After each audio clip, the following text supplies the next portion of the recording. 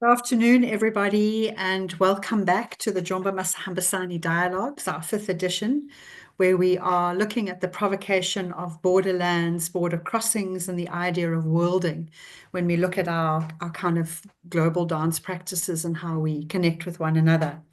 This final session for our first really momentous day is something that I'm very honored to be doing and to be welcoming two extraordinary artists who I have huge respect and care for. This last session is called Identity Border Crossings. And maybe rightly or wrongly so, we can kind of look at that provocation a little bit later. But I would like to introduce the two speakers. First of all, it's our enormous privilege and honor to welcome Sandra Chatterjee. She's a choreographer and a scholar in cultural and performance and dance studies. She's exploring innovative audience engagements by incorporating overlooked sensory dimensions like smell in her work and addressing their political aspects. And her recent project called Sweat looks at ideas of the smell of labor and the smells of racism. Her notable publications include evocations of the sun in modernity and Writing for Change, which is in the Rutledge Handbook of Music and Migration from 2023. So welcome, Sandra. We're just so delighted that you're going to be sharing your work with us. And joining her is Hannah Ma, who's on our steering committee, but just to give her a little bit of space because she's become a very dear friend in the last while as well, but an inspired woman. I think for me, I'm always looking for women who I can look up to and who I can consider critical friends to work with. And Hannah's become all of that to me. So, but Hannah Ma, as you know, is a bold feminist choreographer, and she's the founder of the Hannah Ma Dance. It's an interdisciplinary dance company which launched in 2015. She works across Germany, Luxembourg, and South Africa, and her art tackles issues around gender, race, colonialism, and identity through dance. And she works in installation, in spoken word, and in visual art. She's rooted in feminist and anti-racist and decolonial thought, and her performances challenge all sorts of power structures. And her intention is always to center marginalized voices. Her recent work, Invasions, which I have a direct connection with because she worked with one of the Flatfoot dancers, uses movement as a form of resistance and radical transformation. And all of it is part of envisaging a world for justice and equality. She's also a founding member of United Networks, which is a nonprofit uniting racialized and marginalized artists and activists in Germany. And she serves as the director of the People United in Luxembourg. So welcome to you both. Really so beautiful to have you.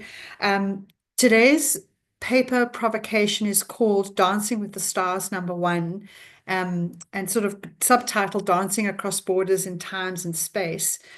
And Sandra's going to talk a little bit about her work looking at the dancer Nyoti Nyoka, and I hope I've said her name right, as an act of memory as well. She was a dancer of color and was born in colonial Paris in 1896 and passed away in 1971. Her existence and her work inherently crosses boundaries, both social, temporal, and artistic. And as a dancer of mixed heritage and European modernism, she navigated identity by inventing personas and addressing various audiences from the past and the future. And I'm going to leave Sandra to tell us a little bit more about the work. So welcome. Thank you so much, Lliane, for the warm welcome, and thank you to everybody organizing this for having me, for inviting me to share some of the recent work. And I'm really specifically happy that this is kind of the first time I'm getting to talk about the new collaboration, at least on stage, new collaboration with Hannah. We've collaborated on other stuff which wasn't on the stage before. So everything you said about Hannah Lliane, I think I can totally second all of that from me as well. So I will start with a little bit of a detour through research and how I encountered Nyota Nyoka. So Nyota Nyoka has actually been in my life for about 10 years. And I sort of remember the the moment when my colleague Nicole Heitzinger approached me in the hallways of the Department of Music and Dance Studies at the University of Salzburg, where I was working on a kind of research project, postdoctoral research project, and kind of brought my attention to a kind of passing reference of a dancer who is called an Indian dancer in a book. So there's not really much information about her given, a book, picture, and a sort of passing mention. And I didn't know her. Said she was born in Pondicherry and she did Indian dance in Paris. That's about it. And she was very spectacular looking. So this sort of like intriguing, very little information and really stunning personality was sort of jumped out of the picture at that moment. It seemed like kind of grabbed our attention and didn't leave us till now.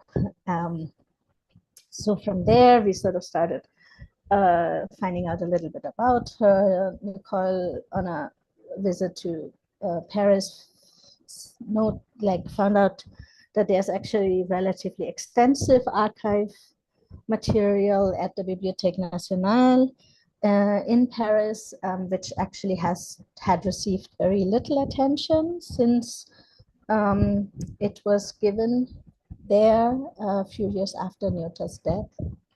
And so we started this journey of, doing initial research, writing a proposal, getting a funded project for a few years, and are now in the final stages of finishing the book manuscript. So from there, I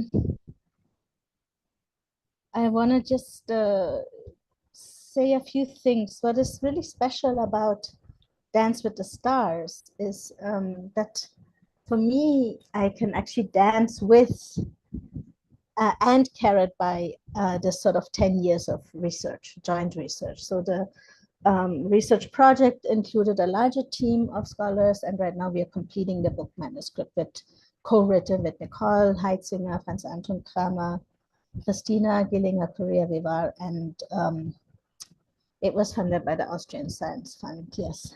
So we had a lot of time, and there were a lot of people putting a lot of time and energy into finding out from very different perspectives who this person was and what she did. So just a few words introducing her. And I will share my screen, but just for now to share this picture with Nyota. So that's her.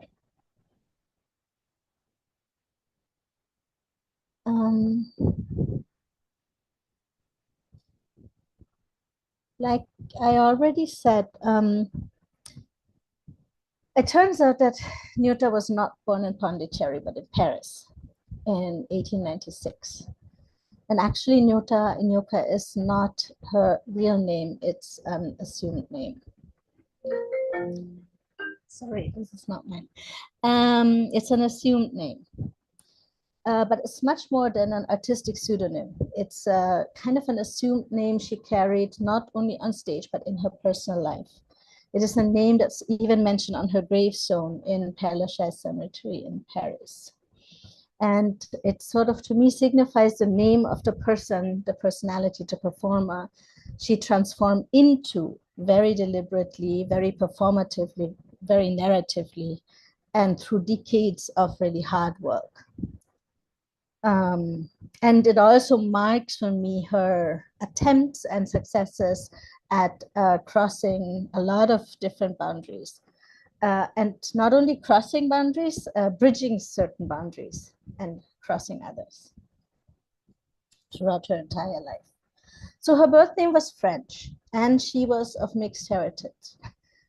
She was born to a French mother in colonial Paris. Her mother was single. Her mother was poor. She was a domestic worker. And she raised 4 daughters from probably 3 different fathers. So Nyota was born into and grew up in a primarily white family, but Nyota was not white. And it's very likely, or we are actually pretty sure that she did not know her father. So she didn't know the origins that marked her as not white in a racialized world. So this is actually what I try to never forget when I look at her life, at her work, in everything she does or did, even the things that might disturb me or that I might question or that might sort of not allow me to very easily just completely idolize her. Like performing at the colonial exhibition, for example. So that was something I was like, oh, I would love to see somebody like that on my terms as anti-colonial, but maybe she was anti-colonial on her terms and not on mine. And so to me, sort of remembering this, the fact that she was born in 1896 as a brown girl in a white family, poor, out of wedlock, and makes like everything she achieved in life kind of larger than life as itself. Crossing multiple social and class boundaries, transcending or confronting patriarchal and racist structures, because she also lived as a single woman for the majority of her life. Like she was married for a very, very, very brief time. And also kind of being in the position to not transcending or crossing, but bridging the boundaries between colonizer and colonized, but without really knowing her actual origins or having access to a really, to a community of relating to her heritage that's not white. So this positionality, of course, brings up struggles that I can't even imagine. But at the same time, it's like really important to me to not forget the relative, dare I call it even privilege that she had by being born into a colonial metropolis and not as a poor non-white person in the colony or in the global south. So that is also something I'm really grappling with. So like Lliane already alluded to in the introduction, she used dance and performance, but also kind of storytelling to the press or to the public, to constantly cross borders of identity, but actually to performatively inventing an identity of kind of changing personas that crosses multiple social and cultural boundaries. Most often in the narratives, her father was Indian, but sometimes he was also Egyptian. She or the press reinvented herself as a princess on multiple occasions, Indian, Cambodian, Persian, Egyptian. In dance and through dance and on stage and in the stories, she could be all of those. Now, again, the kind of difficult point of grappling with her is like thinking, well, how is this different from the many appropriations that we see at the same time happening with her colleagues, Ruth and Dennis, Louis Fuller, who she actually performed alongside. At least Louis Fuller, she performed at the same place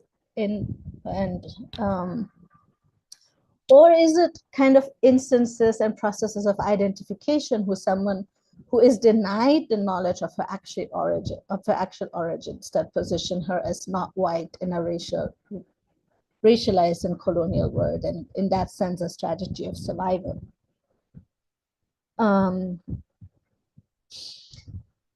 But whatever said and done, she was definitely firmly located in this sort of exotifying, orientalizing colonial discourses. And she had learned to not merely survive in them, but actually use them to advance her career to make a living as a dancer. And I'm very inspired by how she worked very hard. Like the volume of work she did, it feels like her days could never have had 24 hours. She must have had at least 48 hours. Because she did all this analog. I mean, I'll get to what all she did without internet, without, like actually having to go to places, look at things, writing them down, sketching them. And it's like, I don't know how she did all of what she did.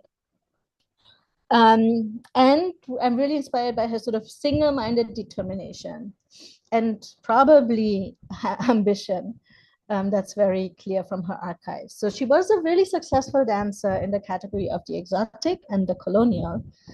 And that's kind of exemplified by two turning points in her career, which were really highly exotifying contexts. One was the performances curated by the couturier Paul Poré in Paris in his Garden Theater in the early 1920s, and performances at the Colonial Exhibition in 1931, where she performed regularly for 6 months, several times a week.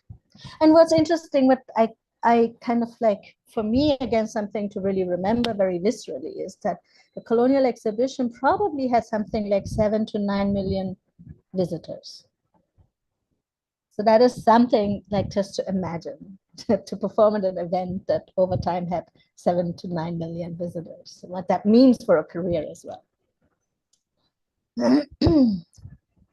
So, but actually, I don't want to get into all the complexities and sort of thinking about that. I mean, the whole discussion about the fine line between appropriation, survival, negotiating these contexts is actually a really long one, which I just want to mention here, but not go into too much detail because that would, yeah, implode the 10 minutes.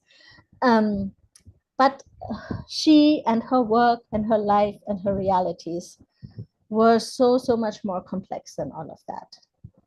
And which is what I want to focus on, and which was really important for Dance with the Stars.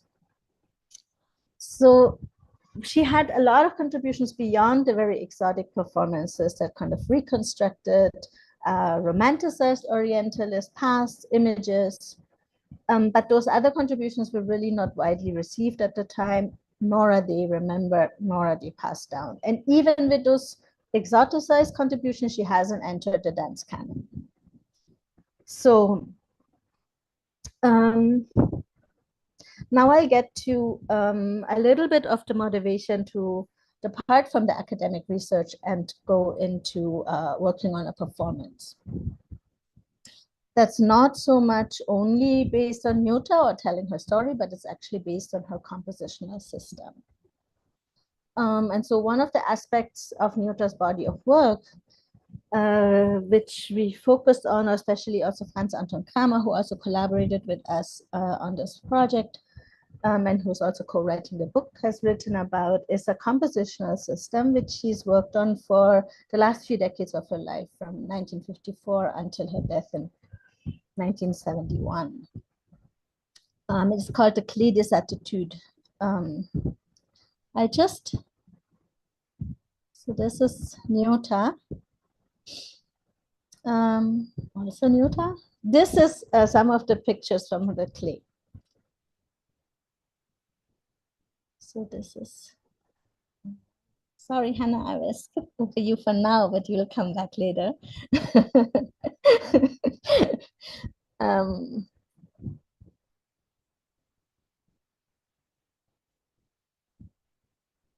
Just to give you a visual impression.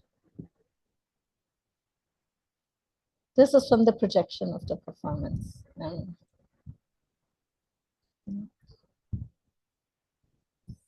Sorry again, Hannah. I'll leave it this. Yes. So actually, one of the big motivations of making a performance was the fact that the Clé des Attitudes is and Franz Anton really calls us her magnus opum or her opum summus, like her big thing.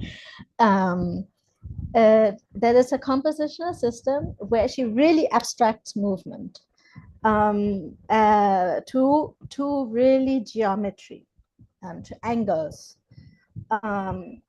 And she, by that, wanted to create a sort of, which is kind of very modern, I guess, a universal key to working with movement. But movement kind of pared down to its bare geometry. And the interesting part is where she was also crossing disciplinary boundaries, which she did in general in her work. She painted, as we can see. She wrote poems, she wrote librettos, she designed her costumes, etc. So the target audience was really artists working in different disciplines who she felt could benefit from the system, which is based on her knowledge of movement. And so she really thought about dancers and choreographers, of course, but also sculptors, painters. She thought about animated film already at that time, which I think is incredible. And what I'll do now is, 1 second, I'll go back to this. Sorry. So what happened is that with these angles, we were sitting over them, these paintings with these angles for years in the library, where you also can't talk to each other. And we just couldn't figure them out. We just couldn't figure out how to interpret them. So what we did is, after some time, I said like, oh, maybe we shouldn't write about this. Maybe if she conceptualized it as a handbook for composition, we should try to apply it. We should try to make a dance out of it and see if we can then figure out more than, well, it's angles in the arms, but how do they work? How do they move? How does a dance or a piece of art can come out of this? And so that's how the idea, on one level, very technically was born to make this piece, but on another level also because in Europe, like, and I really position her in a sense as a European artist of color. We don't have a history, or we are not allowed to have, like, people of color in Europe are the perpetual migrants. They're always newcomers. They're always unwanted newcomers who cause problems, but who don't contribute productively to society, forget society, not even, definitely not to society, but in no way to art or artistic production or cultural production of Europe. And she, I think, also because she didn't know her origins, like there is no other way to really situate her factually than in Europe. And so it's also for me, and that's how I came to sort of trying to include other dancers of color in Europe, like Hannah, and other artists of color, to be like, well, she has given us this gift of a system that is coming from the past, and she really wanted to communicate to the dancers of the future. That's also very clear. So what can we do with this also as a kind of basis to create something new for us and maybe to take inspiration, but also as a way of kind of historiography of color in Europe, that there has been cultural and also forward-looking cultural production in Europe by people of color, by artists of color. So now I feel like we can move from here. I think it's a nice starting point to move into a discussion if that feels right. I can show a couple of, because this was just to show the angles. If you want, I can show a couple of small snippets of the piece. Should I do that? I think that would be beautiful. Thank you, Yes, Sandra. thank you. That would be beautiful. Great. So this one, let me turn on the sound first of all. Okay.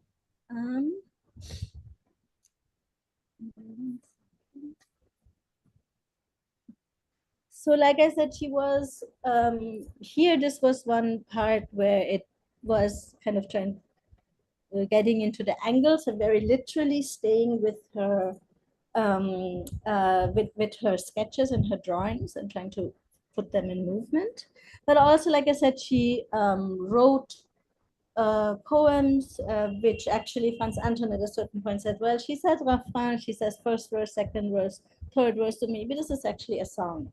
And so I asked Orko to put her song in, her poem into a song. And this is, I think, a very significant poem because she bridges time. Like she looks into the past and she looks into the future. And here she wrote a poem dedicated, it's really a love poem, dedicated to a Creole from 1835. Mon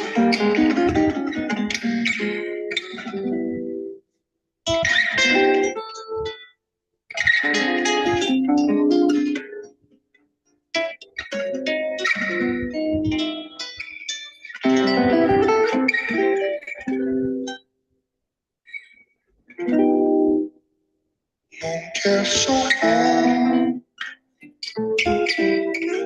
la nuit, le jour, vers mon idole du créole qui de rafale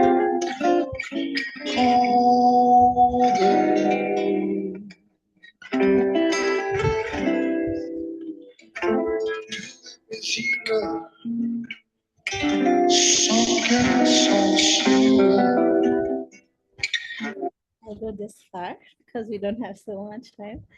And then we also try to not just stay very literally with the paintings like in the beginning, but also try to see how we can react to it, how we can grapple to it more as a way of responding. Let me see.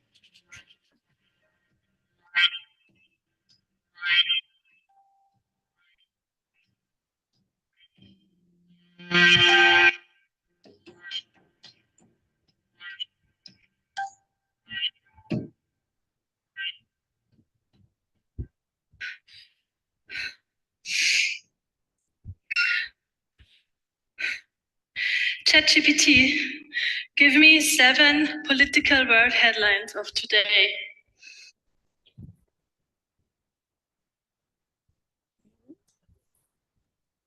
I think we can start from here. Soon as it go into the next from here. Thank you, Sandra. Yeah, I forgot the complexity of all of it. No, I didn't forget, but I'm like looking at it from the outside, it's so complex. Like I would say migrational backgrounds and identities in Europe or all over, but especially I think also in Europe are when you have a migrational, racialized background. Yeah, I think for the conversation, let's start with a letter from Nyota that she wrote in 1939. Advice to dancers of the year 2039 and to the reincarnation of Nyota.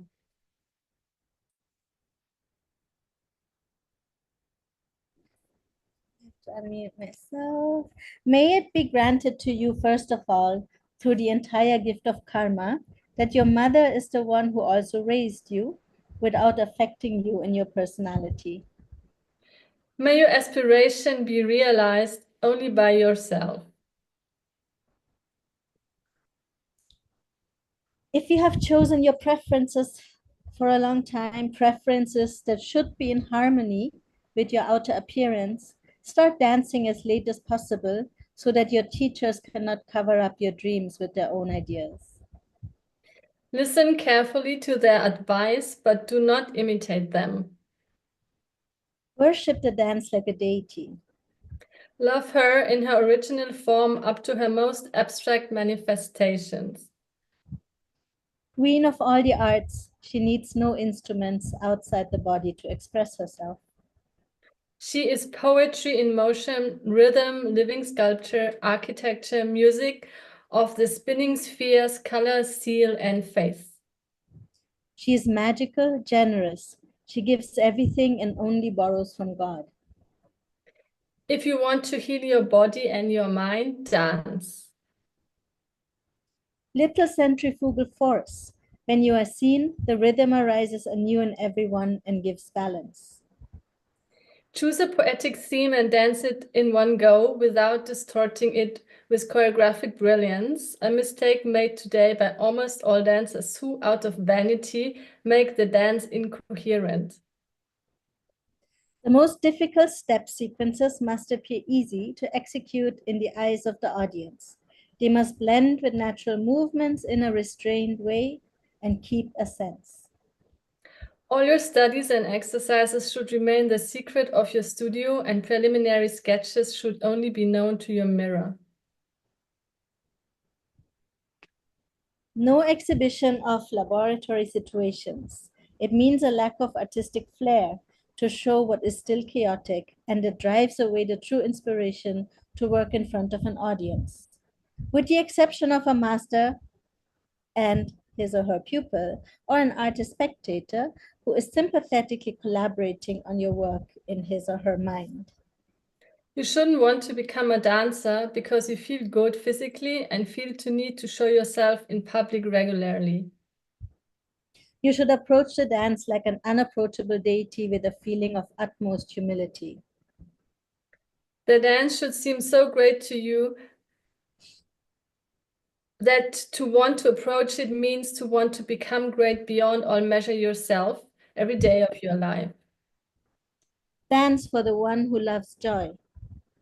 Dance for those who no longer have any rhythm. Dance for those who lack inner light. Dance for the jealous, for whom rhythm brings relief. Dance for the lovers to whom rhythm brings excitement. Dance for the little children who find wisdom in the round dance. Yeah,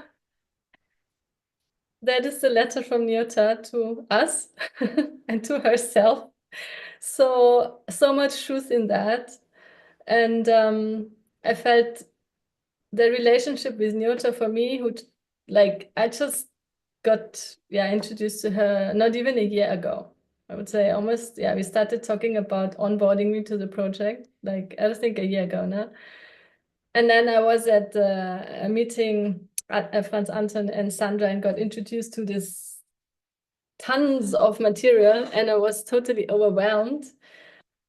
But there was also some magic happening. No? I remember this day in this space. There was really a kind of synchronicity happening in terms of how to translate the material and all of the unknown that Sandra and Franz Anton also couldn't puzzle together to make it a dance. And I felt throughout the process, this was really like discovering an ancestor or connecting to some ancestral line, because in European dance education, the time Sandra and I were born, there was no, I wanted always to dance, and I wanted to dance because I saw temple dances in Southeast Asia. And then the only thing that I could do was ballet. And this happened to a lot of people of color in Europe. There is no other option than going into ballet if you are accepted.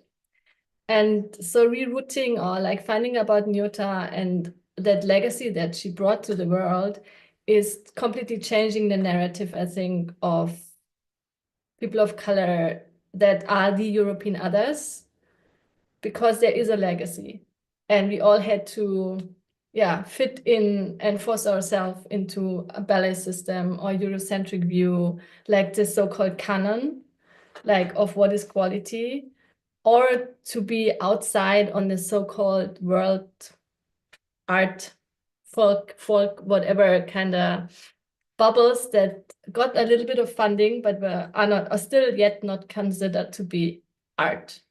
It always has a social political kind of context and its other funding.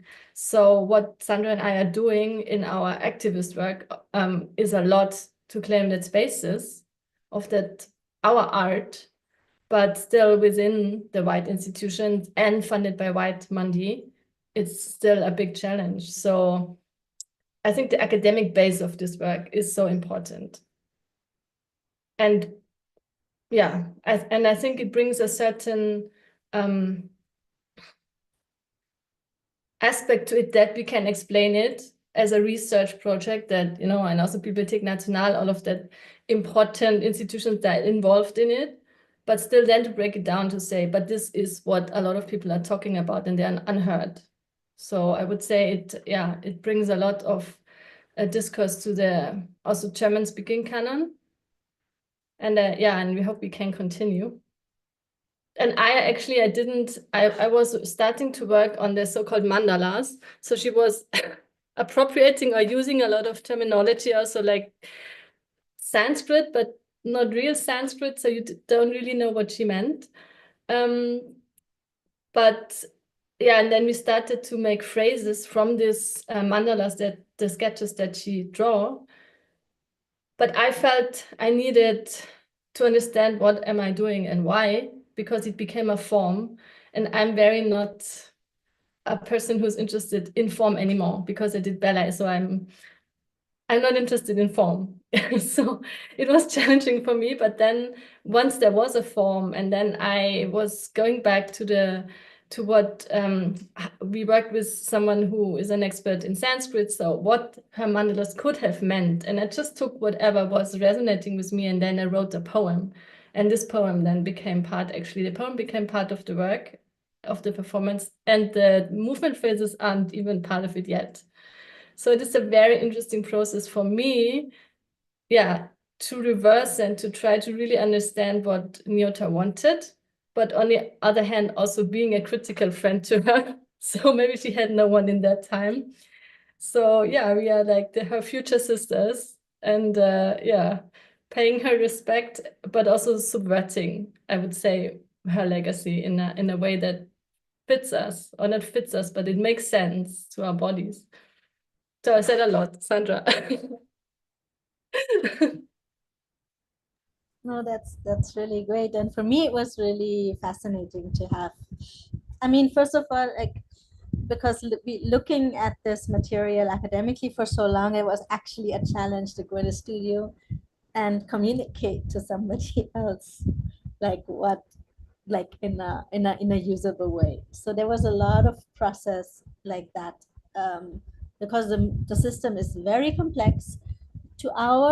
And this is, I think, really important, to our knowledge, it hasn't been put into practice by somebody else yet until now, at least not that we know. We know that she did a lecture performance in the late 50s, but we don't know if she did new work based on this, or if she related the system to previous work out of which it came, or how that worked. We don't have records of that. We just know it happened once.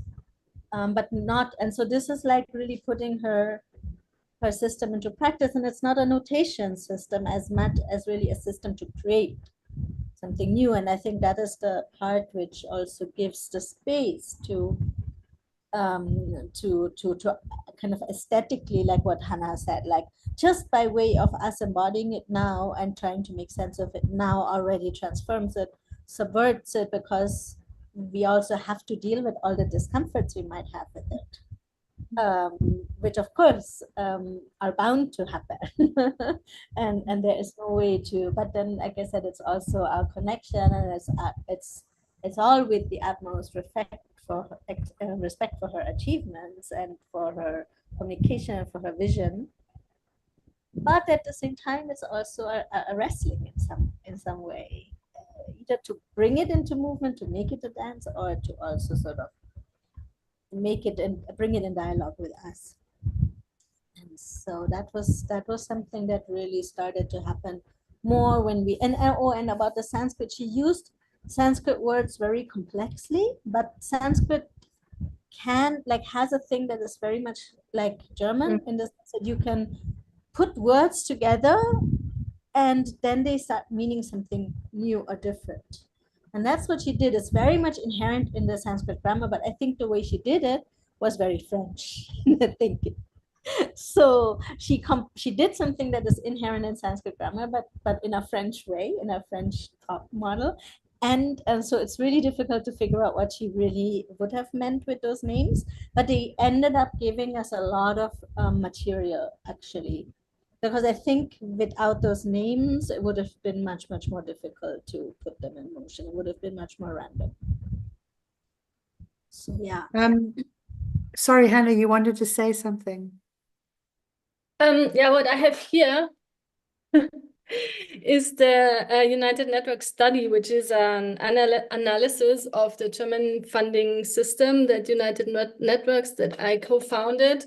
Hannah Madans and also Sandra's association, Chaka's network partners.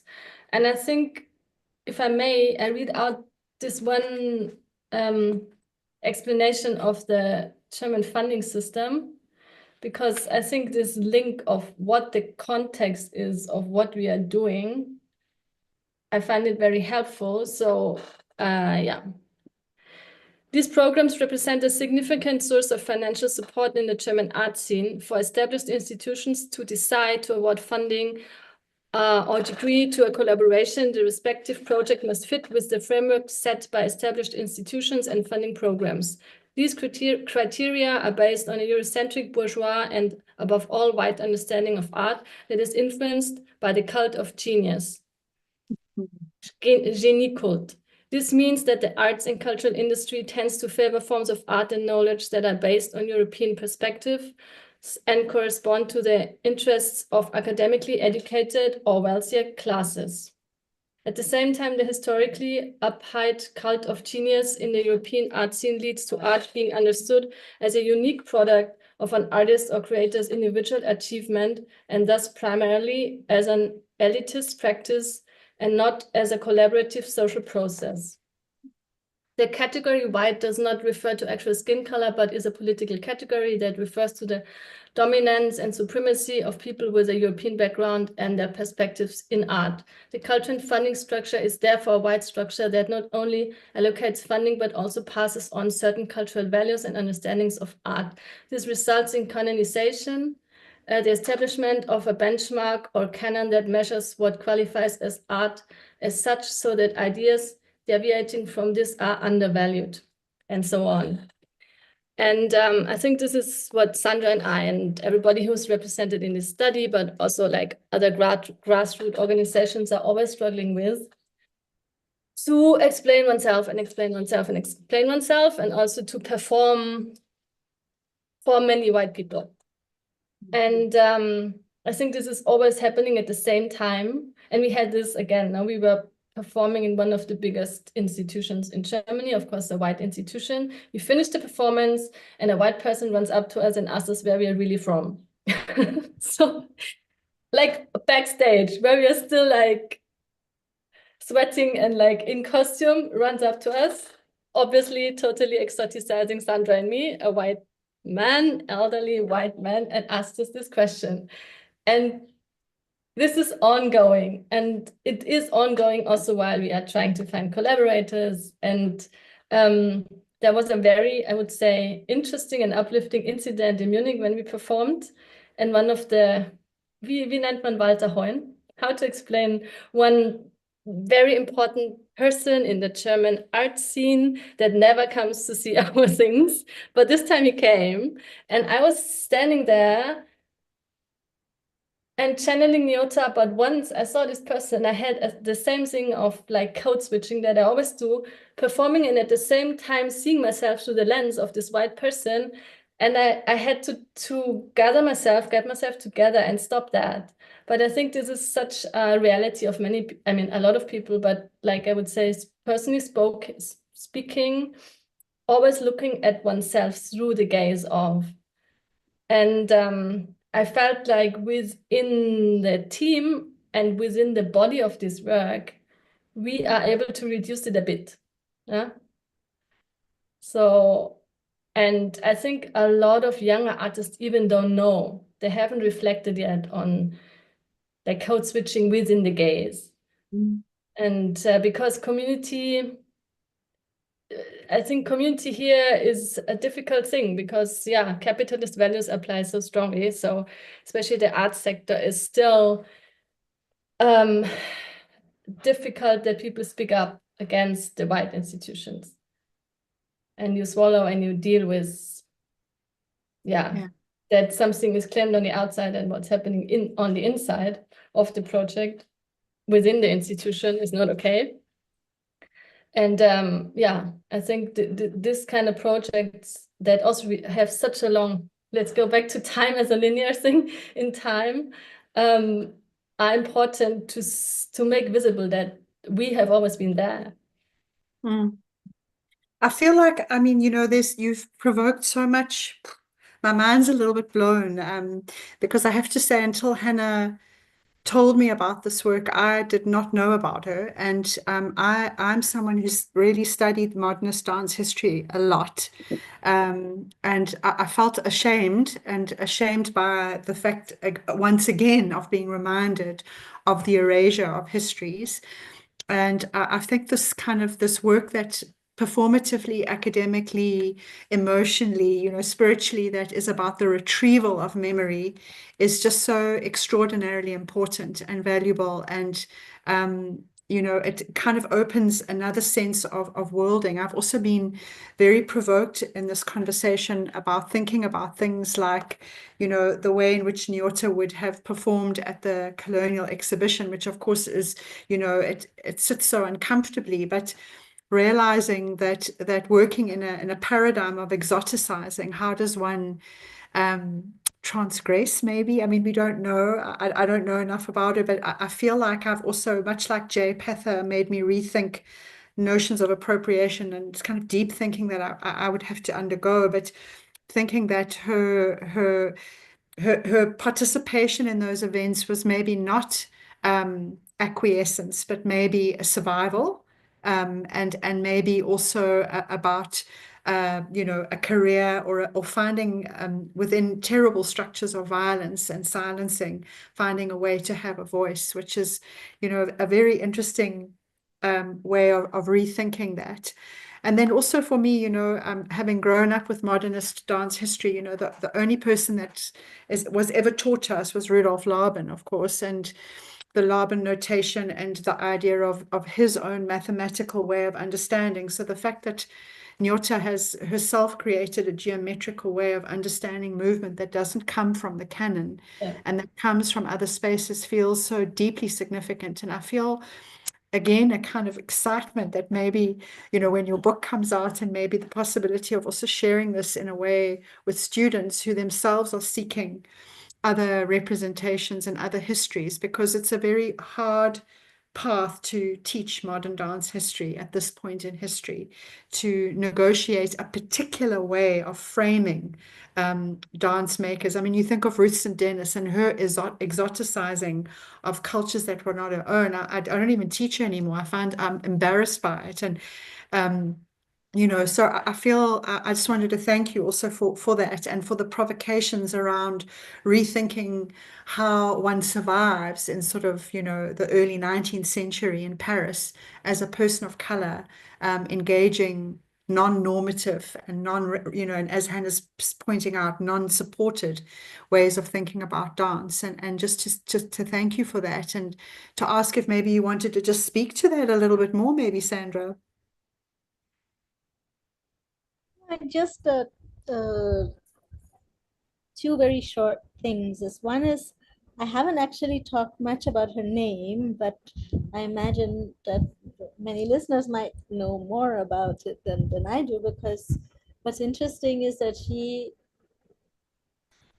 called herself a choreographe Hindu, Indian choreographer, on her gravestone even, literally. But her gravestone is very and like significant for me. It says Nyota Nyoka choreographe Hindu, but Nyota Nyoka is a Swahili name. She never called herself something Devi to authentically. She represented India at the colonial exhibition under her Swahili name, and she got away with it, right? Partially, maybe because like content specificity was not relevant for authenticity. It was very visual, right? Like, but yes and no. I mean, there was also Indians present at the colonial exhibition. Uday Shankar kind of alternated with dancing in the programs that she was not in. His future wife was in her group performing with her, and she came from Calcutta to the exhibition. So I'm thinking, like, how would the Indians in the,